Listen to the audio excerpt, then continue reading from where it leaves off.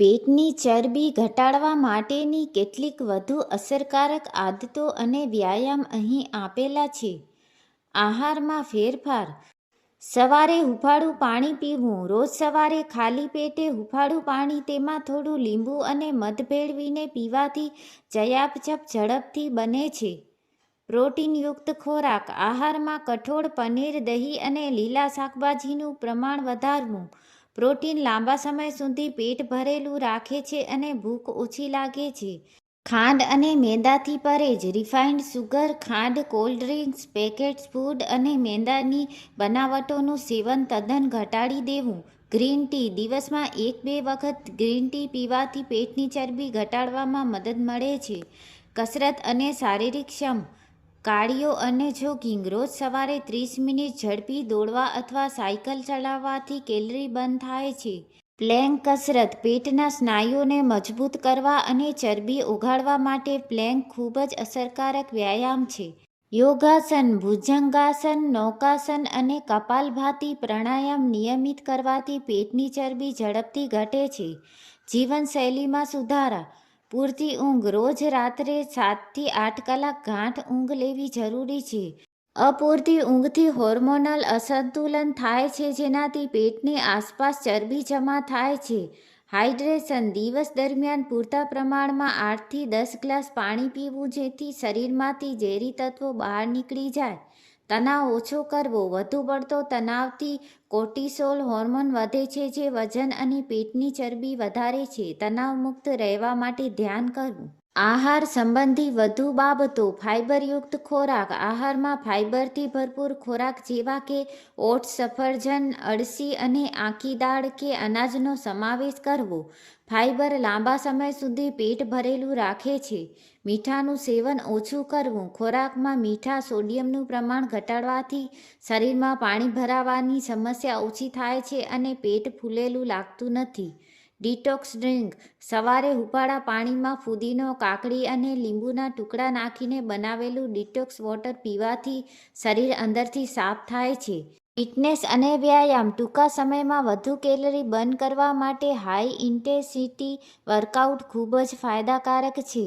માઉન્ટન ક્લાઇમ્બ્સ. આ વ્યાયામથી પેટના સ્નાયુઓ મજબૂત થાય છે અને ઝડપથી ચરબી ઓગળે છે. વજન ઉંચકવાની કસરત. અઠવાડિયામાં 2 થી 3 વખત હળવું વેઇટ ટ્રેનિંગ કરવાથી મસલ્સ મજબૂત થાય છે અને મેટાબોલિઝમ સુધરે છે. અન્ય મહત્વની ટિપ્સ. જમ્યા પછી ચાલવું. રાત્રે જમ્યા પછી 10 થી 15 મિનિટ હળવાશથી ચાલવાની ટેવ પાડવી, જેનાથી ખોરાક સહેલાઈથી પચી જાય છે. સાંજે હળવું ભોજન. રાત્રિનું ભોજન સૂવાના ઓછામાં ઓછા 2 થી 3 કલાક પહેલાં કરી લેવું અને રાત્રે ભારે ખાવાનું ટાળવું. ખાંડવાળા પાણીથી દૂર રહેવું. પેક્ડ જ્યુસ, સોડા અને સોફ્ટ ડ્રિંકમાં છુપાયેલી ખાંડ હોય છે, જે પેટની ચરબી વધારવામાં મુખ્ય ભાગ ભજવે છે. ખાણીપીણીની ખોટી આદતો બદલો. નાસ્તો ભારે અને રાત્રે હળવું. દિવસની શરૂઆત પોષક અને ભારે નાસ્તાથી કરવી, જ્યારે રાત્રે સૂવાના સમયે પાચનક્રિયા મંદ પડતી હોવાથી બને તેટલું હળવું ભોજન લેવું. ધીમે ધીમે અને ચાવીને ખાવું. ખોરાકને બરાબર ચાવીને ખાવાથી મગજ સુધી પેટ ભરાયાનો સંકેત સમયસર પહોંચે છે, જેનાથી વધુ ખાવાથી બચી શકાય છે. પ્રોસેસ્ડ ફૂડનો ત્યાગ. પેકેટ સ્નેક્સ, બિસ્કિટ, નમકીન અને ફાસ્ટ ફૂડમાં કેલરી અને સોડિયમ ખૂબ વધારે હોય છે, જે વજન વધારે છે. આસન અને સ્ટ્રેચિંગ કસરતો. નૌકાસન. જમીન પર સૂઈને શરીરને આગળનો અને પાછળનો ભાગ વી આકારમાં ઉપર ઉઠાવીને પેટના સ્નાયુઓ પર સીધો પ્રભાવ પડે છે. ભુજંગાસન. પેટના બળે સૂઈને છાતીનો ભાગ ઉપર તરફ ખેંચવાથી કરોડરજ્જુ લચીલી બને છે અને પેટની ચરબી ઓગાળવામાં મદદ મળે છે. સૂર્ય નમસ્કાર. રોજ સૂર્ય નમસ્કારના કેટલાક રાઉન્ડ કરવાથી આખા શરીરની કસરત થાય છે અને કેલરી ઝડપથી બર્ન થાય છે. માનસિક સ્વાસ્થ્ય અને દિનચર્યા. સાંજે સ્ક્રીન ટાઈમ ઘટાડવો. રાત્રે સૂવાના સમયે મોબાઈલ કે લેપટોપનો ઉપયોગ કરવાથી મેલાટોનિન હોર્મોનને અસર થાય છે, જે ગાઢ ઊંઘમાં અડચણરૂપ બને છે. ખાંડ વગરની ચા કે કોફી. જો ચા કે કોફી પીવાની ટેવ હોય તો તેમાં ખાંડ કે ખાંડની બનાવટો નાખવાનું ટાળવું.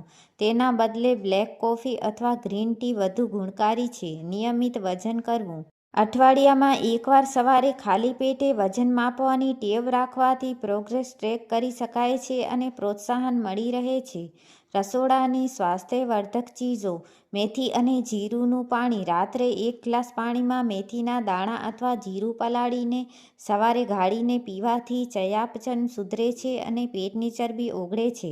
આદુનો ઉપયોગ: આદુમાં એન્ટી ઇન્ફ્લેમેટરી ગુણો હોય છે જે પાચનક્રિયાને મજબૂત બનાવે છે અને ચરબી ઘટાડવામાં મદદ કરે છે. મધ અને લીંબુનો પરંપરાગત પ્રયોગ: હૂંફાળા પાણીમાં મધ અને લીંબુ લેવાથી શરીર ડિટોક્સ થાય છે.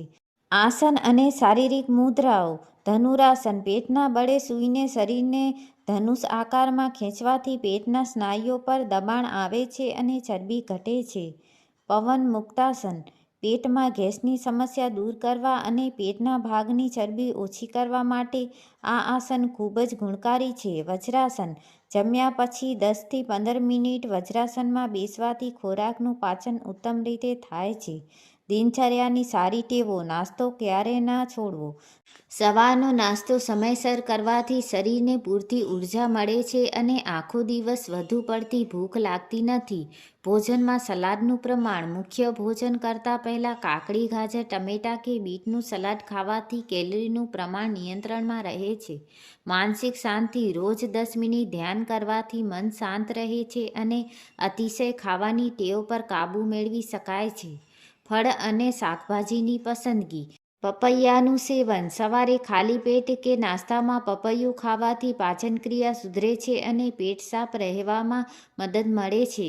આખી રાત પલાળેલા અખરોટ કે બદામ: સવારે પલાળેલી બદામ કે અખરોટ ખાવાથી શરીરને હેલ્ધી ફેટ્સ મળે છે જે મેટાબોલિઝમ ઝડપી બનાવે છે. તમાલપત્ર અને તજનું પાણી: પાણીમાં તજ અને તમાલપત્ર ઉકાળીને પીવાથી બ્લડ શુગર નિયંત્રણમાં રહે છે અને ફેટ બર્નિંગ ઝડપી થાય છે. હળવી કસરતો અને મુદ્રાઓ: સાયકલિંગ પોઝ: જમીન પર સૂઈને સાયકલ ચલાવવાની મુદ્રાઓ કરવાથી પેટની આસપાસની સાઇડ ફેટ ઝડપથી ઓગળે છે.